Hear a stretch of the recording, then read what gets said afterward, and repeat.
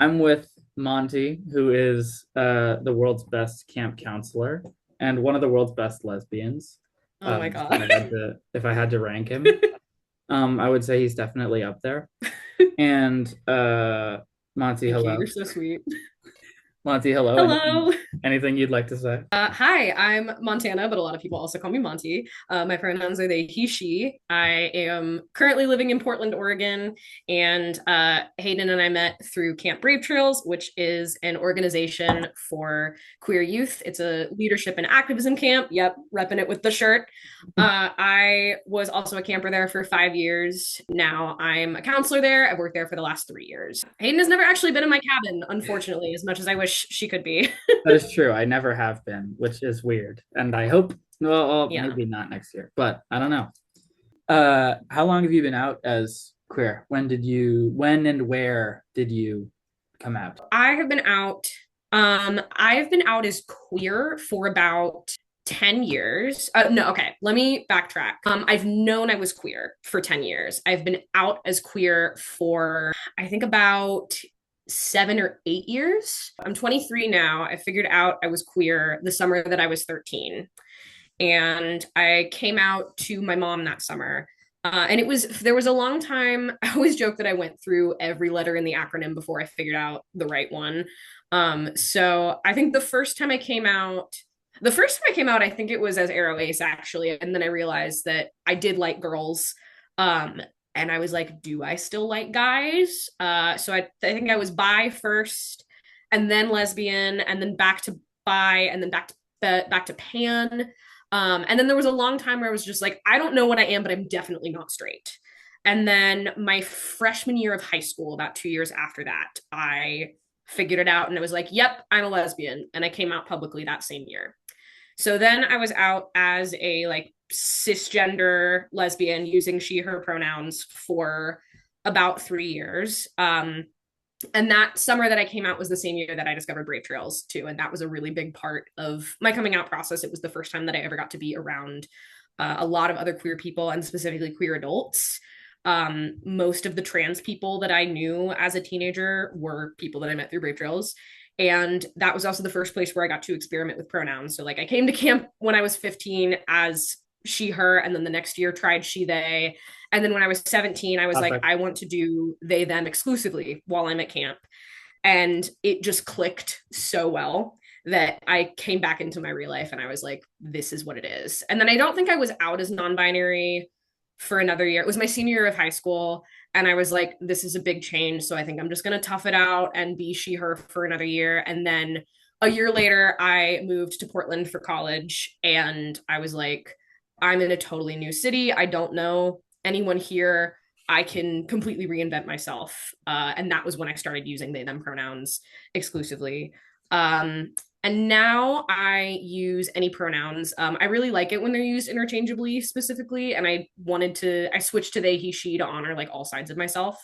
So I've been out as trans for about 5 years. And then I've been using they, he, she pronouns for the last 2 years. Classic. I love it. Yeah. Um, I I am realizing that I have my full name being recorded on the Zoom right now. Mm. Do you want me to put my full name in too? No, no, I'm thinking about whether I should not have. It's fine. Yeah. Okay. Follow-up question. Who was the president when you came out? The president when I came out, I think right before the Trump presidency. It was like fall 2016, I think around the time that he got elected. Hmm, Yeah. So wonderful. figured out I was gay under Obama and then came out.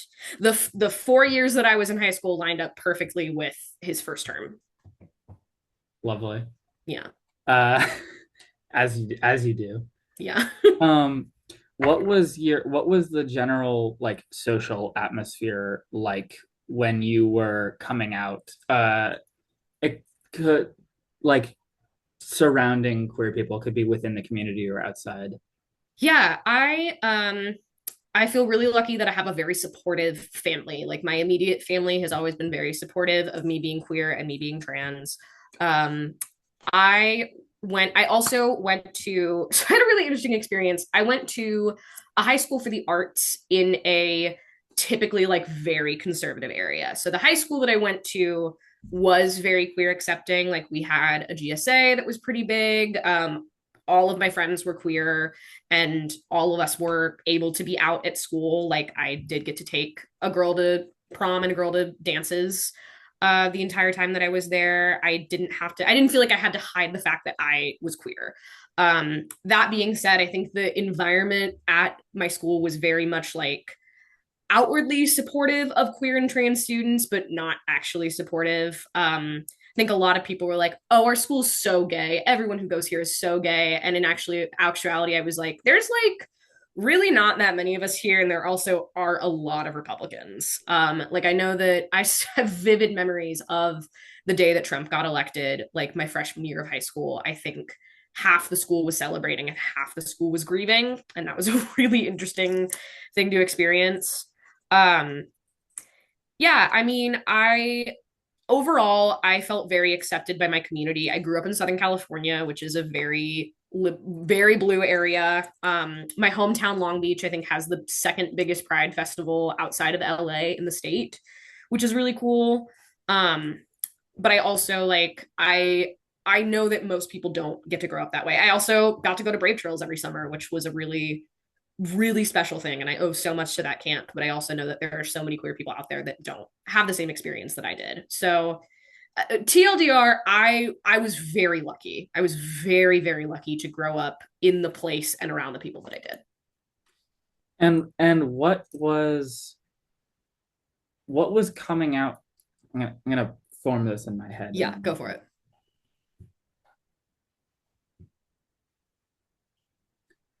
What were other queer people like at the time? What was it like being in queer?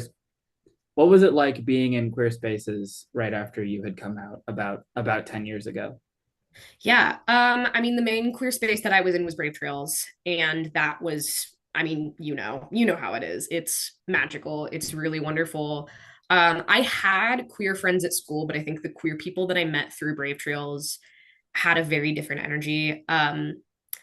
I think my queer friends that I had at school were like, yeah, I'm gay, but it's not my whole personality. Whereas the people that I met through Brave Trails were very out and proud all the time. Um, I wasn't the first person in my friend group to come out as trans. I was the second, but I was the first person to come out as non-binary. And then like pretty quickly after that, several of my other friends came out as non-binary. So I think there was like an extra layer of being a trans person among like assumed cis people at the time didn't end up being true. But also being the first one to take that leap. Um, yeah, I'm trying to think if I have anything else to say about that. I think the queer spaces that I was in, like I went to high school in Orange County, which is a very conservative area. A lot of like equal amount of pride flags and Trump flags in my neighborhood growing up. Like even in Long Beach, I there were several conservatives on my street, like very vocal conservatives. I remember there was one guy that still had like a Trump 2016 sign up in 2020, and I'm like, dude, move on. What are we doing here? Move on. Um, yeah, it was interesting. I mean, I didn't see a lot of queer adults outside of Brave Trails, and that was a big thing for me. Like the only queer adults that I really remember in my life before that was like my middle school gym teacher, because I feel like everyone's middle school gym teacher is a butch lesbian. And looking back, she was a huge role model for me. But I know. yeah, I don't know if any of that was coherent, but that's Yes, what I got. absolutely. I can tell that your middle school gym teacher was a big influence on you. You give if theater was taught by the gym teacher is kind of what That's such a compliment. I'm here. I'm very here for like you like a jock, but a jock who is into theater and not sports. it. Good to know. Good And to is know. also gay. So I guess not a jock, but I got um it. now as an adult, what is the vibe in queer spaces that you're in? And now since I assume you have more exposure to it as an adult, what is the experience like on the internet? for you On the personally? internet specifically. Okay. So again, most of my friends are still queer. I don't talk to most of my friends from high school. We had like a pretty big falling out not long after we graduated. I have a couple that I still keep in contact with. So still a lot of queer people in my life. I did after graduating, I moved to Portland, Oregon, which is a very, very queer city. Been living there for 4 years. I love it here. Yeah, most of my friends are queer. I also met most of my friends through theater, unsurprisingly. So we have a lot of similar interests. Um, yeah, I think that the friends that you make in college, especially if you're queer, tend to be like I let me figure out the way I want to phrase this. Um, I think college is kind of when you figure out who you are, if that makes sense. Like, and I think I knew a lot about who I was in high school, and then I just like kept building off of that in college. And I think because of that, the friendships that I've made in college are a lot stronger, and the friendships that I've made as an adult are a lot stronger than the ones that I made as a teenager.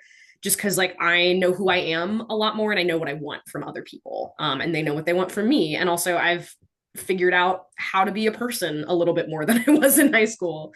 So yeah, most of my friends are queer. I have a couple of straight friends too who are like very good allies. And I've also noticed like that's something very important to me is if I'm going to be friends with a straight person, like they need to understand who I am and why I am the way that I am, and they need to respect that. In terms of being queer on the internet, that's an interesting question.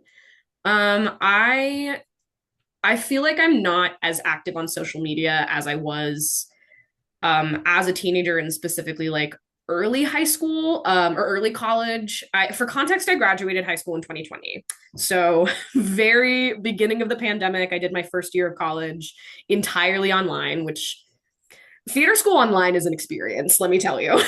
um, but I don't know. I think a lot about the fact like the internet culture in 2020 and 2021 and specifically how many people came out as trans and non-binary during that time because I mean we were all alone in our houses and a lot of us like were finally able to explore our gender identity and gender presentation in a way that we hadn't been able to before. I know for me like in high school I presented very femme.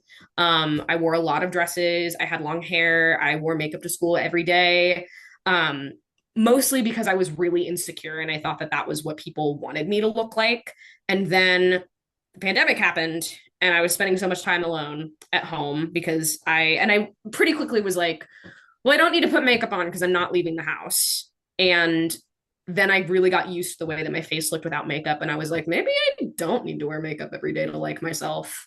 And then I kind of stopped wearing dresses and skirts because I was like, well, I want to wear the things that I'm comfortable with because I'm just staying home. And then things slowly started to click from there that like maybe the way I've been presenting is not who I want to be and not how I want to present myself to the world. I don't know. I had already figured out that I was non-binary before the pandemic started, and then it kind of just solidified that. But I know a lot of my friends realized that about themselves in 2020 and 2021. And then, like, flash forward to now, I feel like I've since noticed a lot of people online kind of going back on that. Like, I see a lot of people on TikTok being like, God, remember when I thought I was trans? That was so embarrassing. And I'm like, you know that we're still out here. You know that there are people that didn't do that.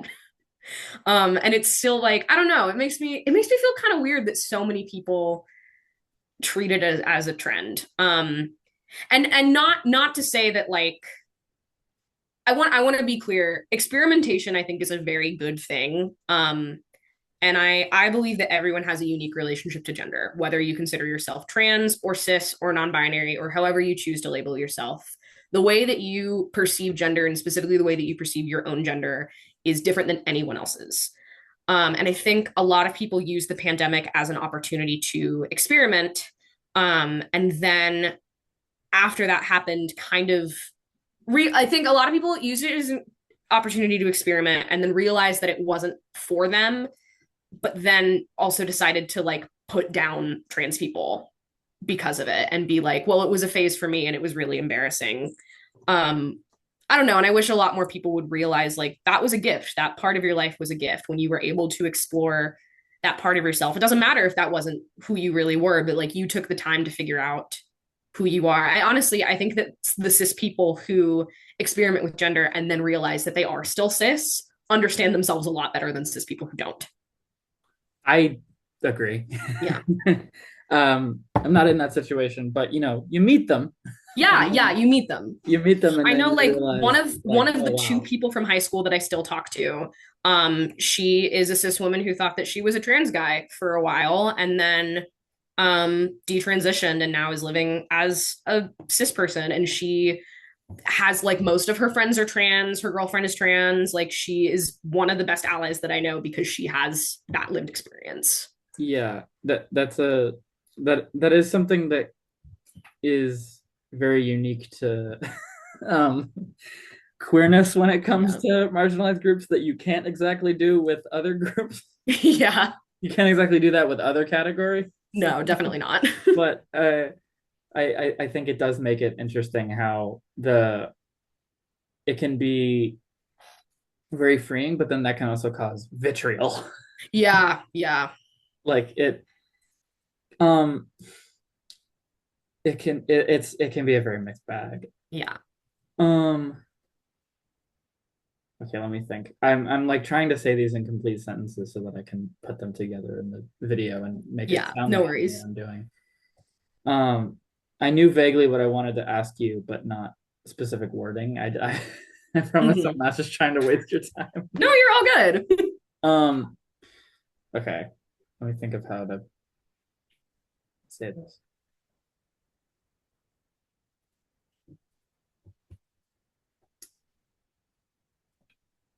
Specifically on the internet, and maybe not with you personally, what is the vibe you get of like the state of the queer community now in 2025? Hmm. That's a really good question. I feel like I wish there was more unity within the queer community online. I think one thing that I think about a lot, and I forget who said it initially, but there's a quote that I saw from someone online that was like the worst thing that the our enemies did to the queer community was convince us that we were our own enemy. I think there's a lot of infighting happening within the queer community. And I think like to be fair, I feel like some of it is justified. I think like I'm trying to figure out the way that I want to phrase this. I mean, speaking as a white queer person, like on behalf of white queer people, I think we need to get our shit together. I think we need to. Um, No, sorry, I probably shouldn't swear. This is for your school, right? it's fine. You can swear. Okay. Um, speaking as like a white Listen queer legally. person on behalf of other white queer people, I think we in general like need to work on our own racism and work on being more intersectional. And I think a lot of the like I don't know, it feels wrong to call that infighting because that's racism and we should call it what it is. But like I think that the quote unquote infighting that happens because of that is justified.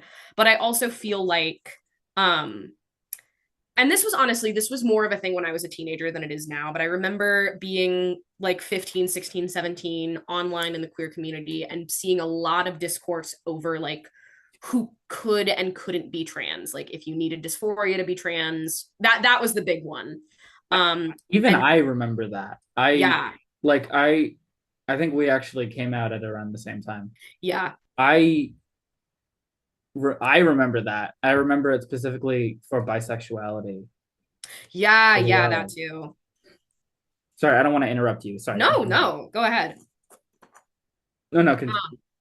But yeah, no, I remember that infighting a lot. And that was before I came out as trans. And I think honestly, that was part of why it took me so long, was because I was like, well, I'm not dysphoric, so I must not be trans. And then I got to a point where I was like, you know what? This doesn't matter. None of this matters actually. And everyone can be what they want. And I mean, Brave Trails honestly really helped with that because I think the Brave Trails environment is very accepting in that way. And like, I don't know, if you want to be queer, if you want to be trans, then do that. The world is your oyster. Um, I mean, I think we talk a lot about the fact that this is a tangent. I think we a lot of the time, especially when queer people are trying to like defend their existence to straight people, one of the phrases that get used is it's like being queer isn't a choice. I was born this way. But in some ways, I kind of think it is a choice. Like, I think being gay may not be a choice, but being queer is. Does that make sense?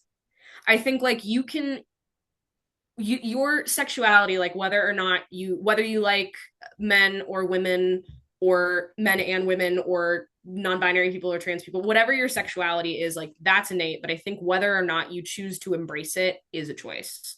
And I think there are gay people that don't embrace that queerness, and there are gay people that do and are queer. So I think being queer isn't a choice, but I also think it is in some ways. That's that is that is very interesting. I think Yeah. it's Did that answer your question? I kind of went off on a tangent. yes, no, it did. It absolutely did. That's actually exactly what I was what I was asking about. It Yeah. was a very leading question, but um now for an even more leading question. Have you ever heard of a gold star lesbian? Yes, I have.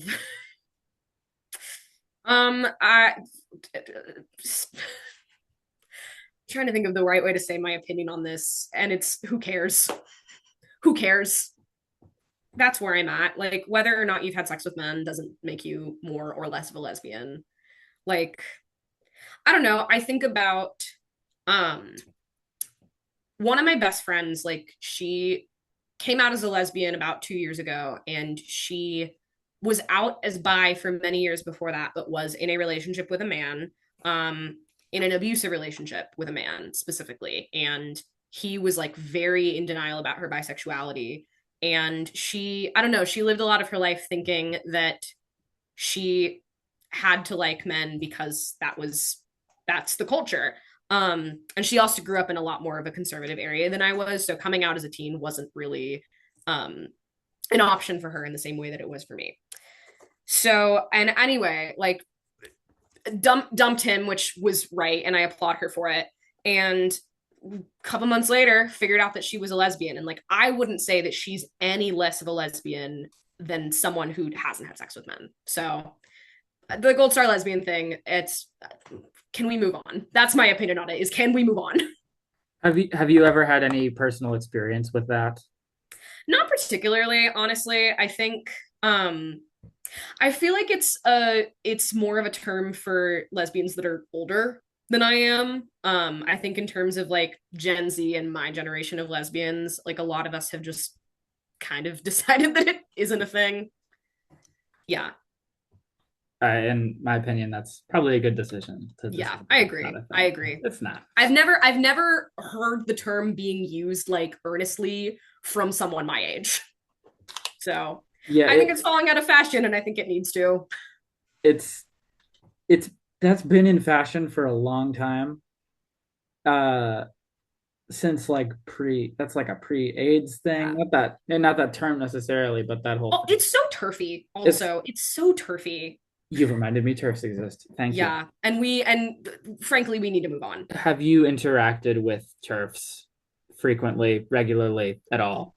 Not very frequently. I'll be so honest with you. I think I'm very open about being trans and being very accepting of other trans people. Like so many of my friends are trans to a point where I'm like, I don't know, turfs know that I'm not a person that's gonna sympathize with them or that's gonna protect them at all.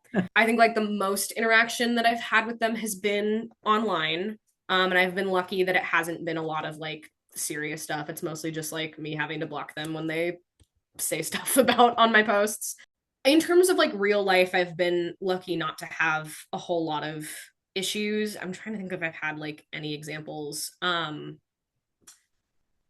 I mean I've had a couple like teachers and a couple of professors who have been like quote unquote queer friendly and then proceeded to misgender me and every other trans person in class, and kind of refused to hear anything about our identities. But I've also been really lucky that I've had teachers who are very queer and trans affirming. Honestly, I feel like there have been some cases where like the like cis teachers who get it wrong but are so well meaning that like I've had some I keep thinking one of my favorite stories from theater school is I had this acting professor who's like every stereotype that you can think of about an acting teacher, dial that up to 10, and that was Devin Allen.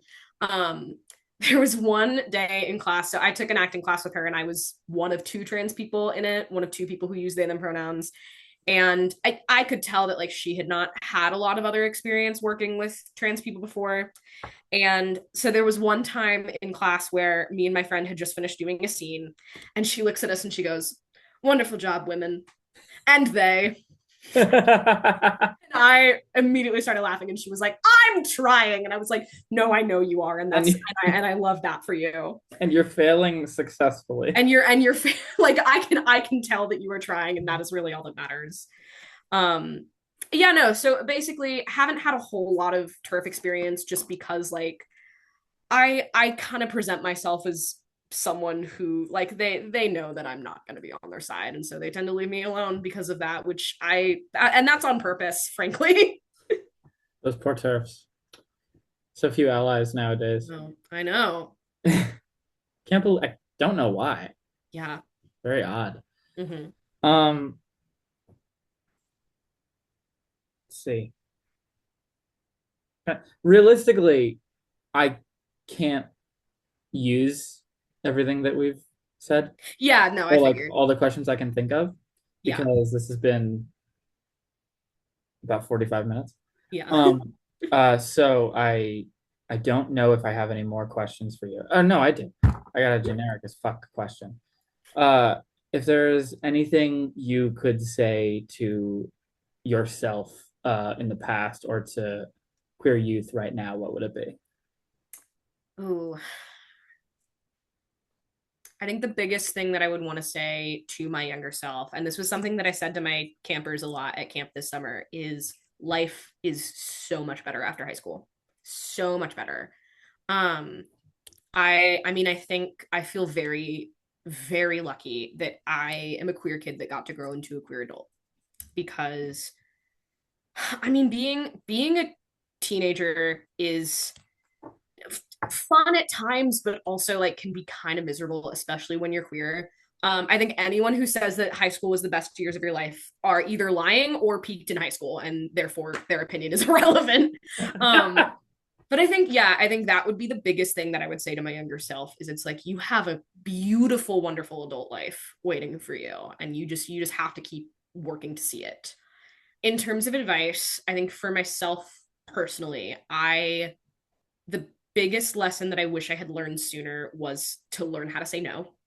I mean, I'm a person who tends to overwork myself a lot, and I think like teaching myself how to I know. set, yeah, yeah. Um, I wish I had learned how to set boundaries at a younger age. I think it would have made it a lot easier for me as an adult. Um, and I think another thing that I think about in terms of queer youth, there's an interview with Cola Scola, who's a playwright and Oh yeah. actor. Yeah, when they were at the Tony Awards, someone asked them, "What do you want to say? What advice do you have for queer youth?" And they said, "You're right. Everyone else is wrong." And that's how I feel, honestly. Is it's just like you you know who you are, and you're right and everyone else is wrong. Like I keep thinking a lot about the fact that like I look the version that of myself that I am now is so much closer to who I was at 13 than who I was at 18. Like I knew who I was as like a tween young teenager, and I let other people tell me that that was wrong, and then I was living as a version of myself that I wasn't for so long. And it was really only once I got to college and once I really started to figure myself out that I realized like, oh, I was happiest when I was that age and when I was like presenting the way that I did. Um, and so I feel like I've spent a lot of the last 2 years of my life like backtracking and realizing like this is the way that I want to have my haircut. This is the way that I want to dress. This is the way that I want to talk to other people. These are who I want to hang out with. These are my interests, and I'm not going to hide them. Um, yeah, that's what I have to say. Thank you. That is lovely.